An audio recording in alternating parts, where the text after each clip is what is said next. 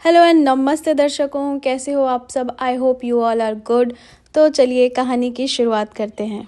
तो फिल्म के कहानी के शुरुआती दृश्य में मुंबई के फेमस डब्बे वाले सर्विस को दिखाया जाता है और कहानी के शुरुआत में ही हमें पता चल जाता है कि फिल्म की कहानी खाना और लंच बॉक्स से जुड़ी हुई है और इसलिए फिल्म का शीर्षक भी लंच बॉक्स है। तो आइए देखते हैं कि कैसे एक लंच बॉक्स दो दिलों को जोड़ता है। तो कहानी की शुरुआत एक यंग हाउसवाइफ इला से होती है जो अपनी बेटी को स्कूल के लिए तैयार कर रही है। उसको स्कूल भेज के वो लंच बॉक्स रेडी करने लग जाती है और इतने में ही डब्बा वाला आ जाता है लंच बॉक्स लेने के लिए।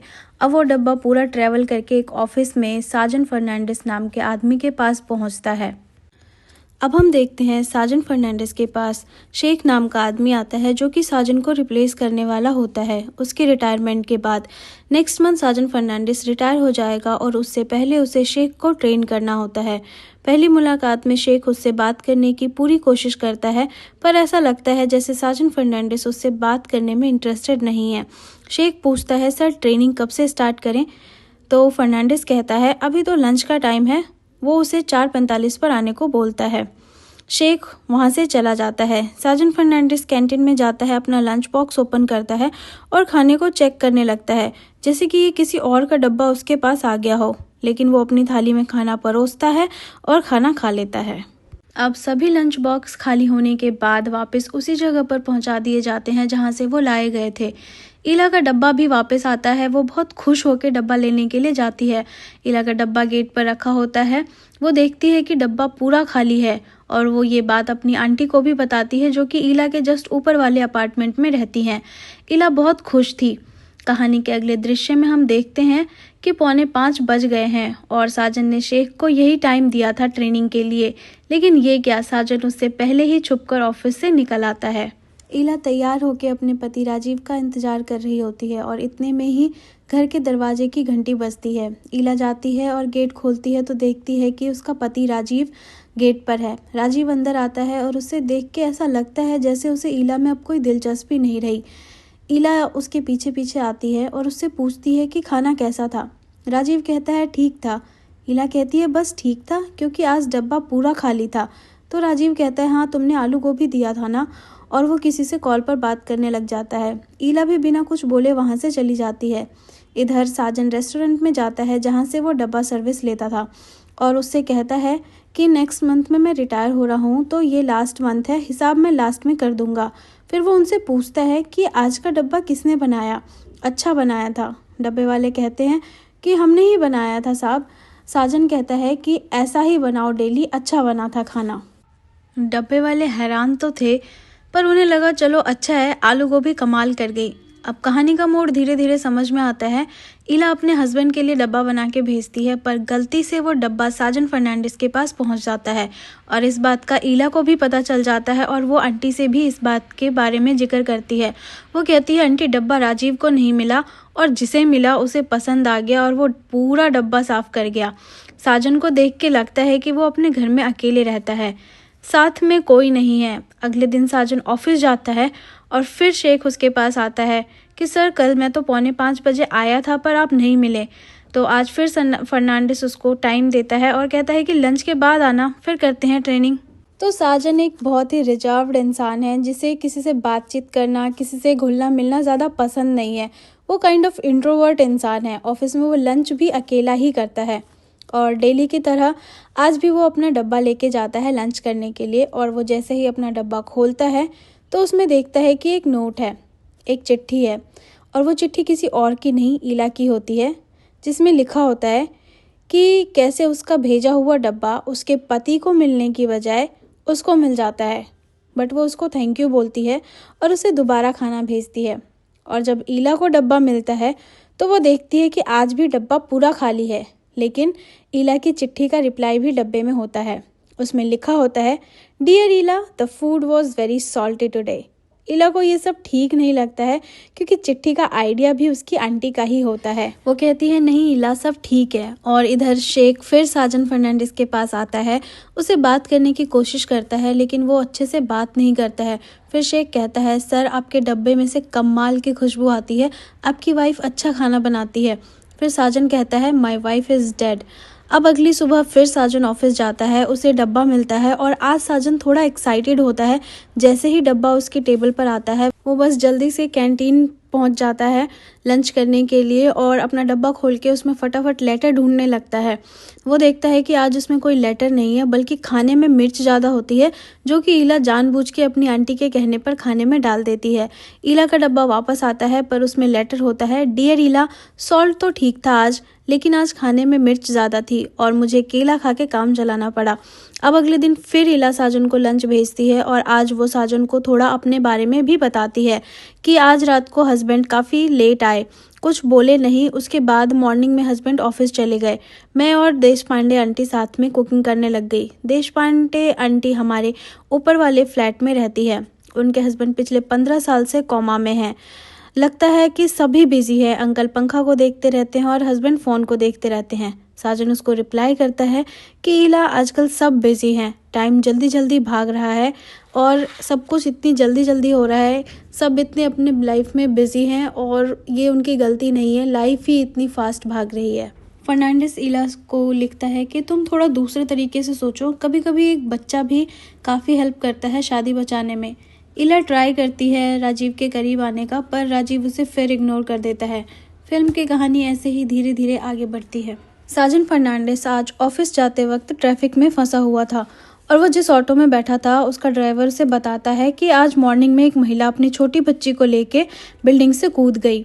फर्नांडिस ये सुन के अपसेट हो जाता है। वो ऑफिस पहुंचता है और लंच का टाइम हो ही चुका था। तभी फर्नांडिस सोच ही रहा होता है कि मेरा डब्बा अभी तक नहीं आया। उसी टाइम पियोन आता है और उसकी टेबल पर डब्बा रख के जाता है। मिस्टर साजन फर्नांडिस लंच लेके फटाफट कैंटीन पहुंच जाता है और पहले वो ईला का नोट पढ़ने के लिए जैसे ही ओपन करता है उसी टाइम शेख आ जाता है और उससे ट्रेनिंग के लिए पूछने लग जाता है। पर आज भी साजन उसको टाल रहा होता है, लेकिन आज शेख बोल देता है कि सब मुझसे बोलते हैं कि आपसे उम्मीद रखना तो बेकार है।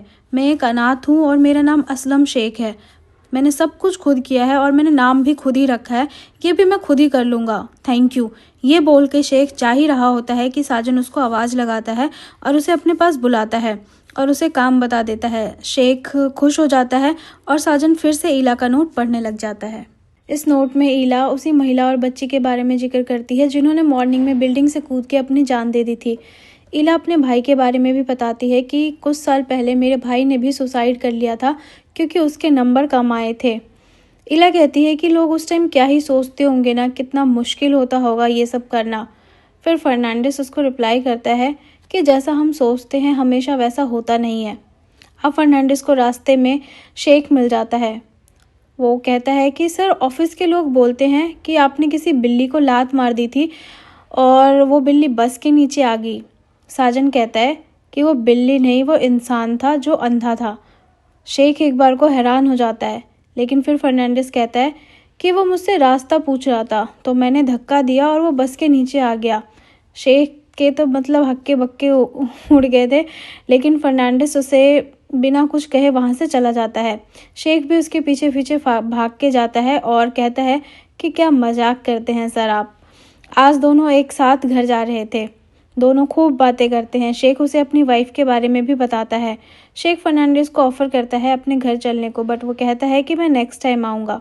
फर्नांडिस अगले दिन ऑफिस जाता है और डेली की तरह लंच टाइम में वो डब्बा खोल के सबसे पहले ईला का लेटर पढ़ता है, जिसमें लिखा होता है कि कल रात फिर हस्बैंड घर आए, लेकिन थोड़ी ही देर बाद किसी का कॉल आ गया और वो वापस चले गए। ईला लिखती है कि मैंने अपनी नानी के डायरी से रेसिपी लेके टिंडा बनाया है। साजन फर्नांडिस के पास उसी टाइम शेख भी आ जाता है और उसके पास खाने के लिए लंच में कुछ भी नहीं होता सिवाय 2 केले के। फर्नांडिस उससे कहता है कि तुम भी खा लो। दोनों साथ में खाते हैं। शेख तो खाने की खूब तारीफ करता है। ईला को लेटर मिलता है फर्नांडिस का, जिसमें लिखा होता है कि टिंडे की सब्जी बहुत टेस्टी थी और आज फर्नांडिस ईला को अपनी वाइफ के बारे में भी बताता है। वो बताता है कि उसकी वाइफ हर संडे कोई शो देखती थी और उसको रिकॉर्ड भी करती थी, पर मैं संडे को या तो अपनी साइकिल ठीक करने में लगा होता था या फिर सिगरेट पीने में बिजी रहता था।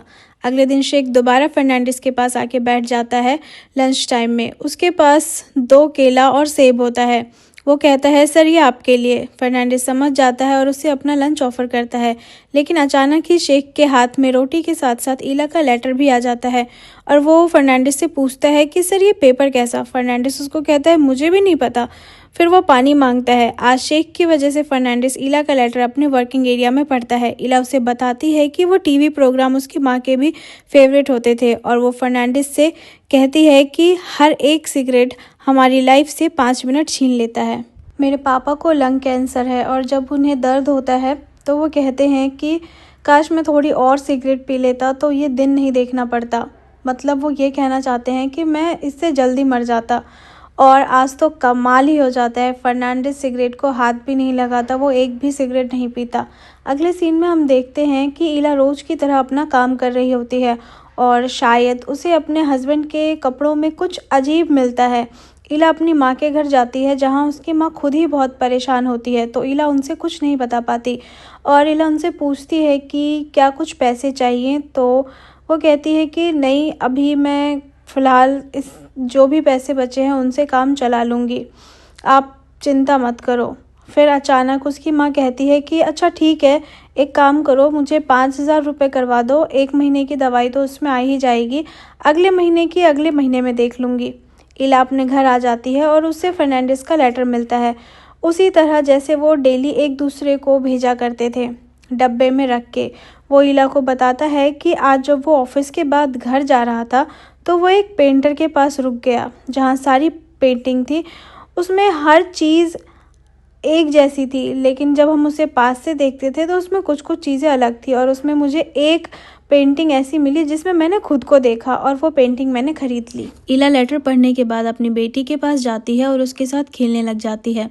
इधर फर्नांडिस को भी डब्बा मिल जाता है और वो रोज़ की तरह सबसे पहले ईला का लेटर पढ़ता है, जिसमें ईला उसे बताती है कि उसका हस्बैंड उसे चीट कर रहा है, पर उसने अभी तक अपने हस्बैंड से बात नहीं की। वो कहती है कि उसके बाद वो जाएगी भी कहाँ। फिर वो कहती है लेकिन एक जगह है, भूटान, वो काफ़ी सस्ती जगह है, मेरी बेटी ने स्कूल में पढ़ा है। आज फर्नांडिस ईला को लेटर में लिखता है कि अगर मैं भी तुम्हारे साथ भूटान आऊँ तो। उसके बाद हम देखते हैं कि फर्नांडिस शेख के साथ घर जा रहा होता है, तो वो उससे पूछता है कि भूटान कैसी जगह है। शेख कहता है कि मुझे तो नहीं पता सर, मैं तो सऊदी अरब गया था, लेकिन मेरी अम्मी कहती है कि कभी कभी गलत ट्रेन भी सही जगह ले जाती है। फर्नांडिस कहता है कि मैं सोच रहा हूँ कि रिटायरमेंट के बाद भूटान में सेटल हो जाऊँ। ईला उसे कहती है कि मैं आपके साथ भूटान कैसे जाऊँ, मैं तो आपको नाम भी नहीं जानती। ये वो लेटर में लिखती है। ईला को फर्नांडिस का लेटर मिलता है, लेकिन उसमें क्या होता है पता नहीं। वो बस आंटी से पूछती है कि आंटी साजन नाम से मूवी है क्या। आंटी कहती है हाँ। तो ईला कहती है कि आज उसके गाने सुने।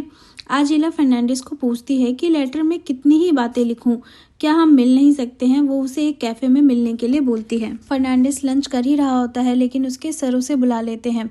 फाइल में काफ़ी मिस्टेक होती है। फर्नांडिस का बॉस काफ़ी गुस्से में होता है, वो शेख को भी डांटता है, लेकिन फर्नांडिस कहता है कि सर गलती सारी मेरी है। शेख फर्नांडिस को थैंक यू बोलता है और कहता है सर आज आपने तो मुझे बचा ही लिया। और आज फिर शेख फर्नांडिस को अपने घर आने के लिए बोलता है और आज फर्नांडिस मान जाता है। शेख और फर्नांडिस दोनों उसके घर जाते हैं, वहाँ वो डिनर करते हैं। वहाँ फर्नांडिस रिवील करता है कि मेरी एक गर्लफ्रेंड है। शेख और उसकी वाइफ दोनों ही शॉक हो जाते हैं। शेख कहता है कि सर मुझे तो पता ही था, डब्बे में रोटी, रोटी में चिट्ठी। खाना वाना खा के शेख और फर्नांडिस दोनों बात करते हैं। फिर शेख कहता है कि सर आप हमारी शादी के बारे में पूछ रहे थे। एक्चुअली बात यह है कि मेरी वाइफ के घर वाले हमारी शादी के लिए मान नहीं रहे थे, वो भाग के मेरे पास आ गई। अब हमारी शादी हो जाएगी क्योंकि इसके घर वाले मान गए हैं। तो उसकी शादी से तो सारा खानदान उठ के आ रहा है, लेकिन मेरी तरफ से कोई नहीं होगा, तो क्या आप मेरी शादी में आएंगे। फर्नांडिस मान जाता है। आज फर्नांडिस अच्छे से तैयार होकर ऑफिस आता है। इधर ईला कैफ़े में फर्नांडिस का इंतजार कर रही होती है, लेकिन फर्नांडिस आता नहीं है और वो वापस घर चली जाती है। अगले दिन फिर ईला फर्नांडिस को डब्बा भेजती है, लेकिन इस बार डब्बा पूरा खाली होता है। फर्नांडिस समझ जाता है और वो ईला को लिखता है, डियर ईला, आज डब्बा पूरा खाली था और मुझे पता है मैं इसे डिज़र्व करता हूँ, क्योंकि कल तुमने कैफ़े में मेरा काफ़ी वेट किया। लेकिन ईला, मैं बूढ़ा हो गया हूँ। इस बात का एहसास मुझे आज ही हुआ। मैं आया था वहाँ जब तुम कैफ़े में बैठी थी और मेरा इंतज़ार कर रही थी। मैंने तुम्हें दूर से देखा, तुम इतनी सुंदर हो, यंग हो, आँखों में सपने हैं। मैं आना चाहता था तुम्हारे पास, लेकिन मैं नहीं आया। अगले सीन में हम देखते हैं कि शेख की शादी हो गई है। फर्नांडिस शेख से कुछ बातें करता है और वहाँ से चला जाता है। इधर पता चलता है कि इला के पिता की मौत हो गई है। इला अपनी माँ के पास आती है, जहाँ उसकी माँ भी काफ़ी दुखी होती है और उसको बताती है कि पहले पहले हमारे बीच में बहुत प्यार हुआ करता था, सब कुछ अच्छा था, लेकिन समय के साथ साथ सब कुछ धीरे धीरे ख़त्म हो गया। आज आखिरकार इला उस डब्बे वाले से भी कह ही देती है कि मेरा डब्बा किसी गलत एड्रेस पे जा रहा है, अब मुझे वहाँ लेके चलो। एक्चुअली इला फर्नांडिस से मिलना चाहती थी। वो अपनी बेटी को लेके वहाँ आ जाती है। वहाँ उसे शेख मिलता है, जो उसे बताता है कि फर्नांडिस ने नौकरी छोड़ दी है और वो नासिक जा रहे हैं। इधर फर्नांडिस ट्रेन में बैठा हुआ है और ये क्या, हम देखते हैं कि फर्नांडिस गया नहीं, वो वापस आ जाता है। इला कहती है कि आज सुबह मैं उठी और मैंने अपने सारे गहने बेच दिए, शायद इससे भूटान में कुछ दिन चल जाए। इला फर्नांडिस के लिए ये लेटर लिखती है, पर उसे अपने पास ही रख लेती है, वो उसे देती नहीं है। और वो ये भी कहती है कि मैंने कहीं पढ़ा है कि कभी कभी गलत ट्रेन भी हमें सही मंजिल पर पहुंचा देती है। इधर फर्नांडिस शायद इला को ही ढूंढ रहा होता है और बस फिल्म की कहानी यहीं ख़त्म हो जाती है। तो इस फिल्म की कहानी से हमें यही पता चलता है कि अपनेपन का रिश्ता किसी से भी बन जाता है, वो उम्र, शक्ल और समय का मोहताज नहीं होता। आई होप कि आपको ये मूवी एक्सप्लेनेशन अच्छी लगी हो। अगर अच्छी लगी है तो प्लीज़ लाइक करना, शेयर करना और मेरे चैनल को सब्सक्राइब करना। Thank you.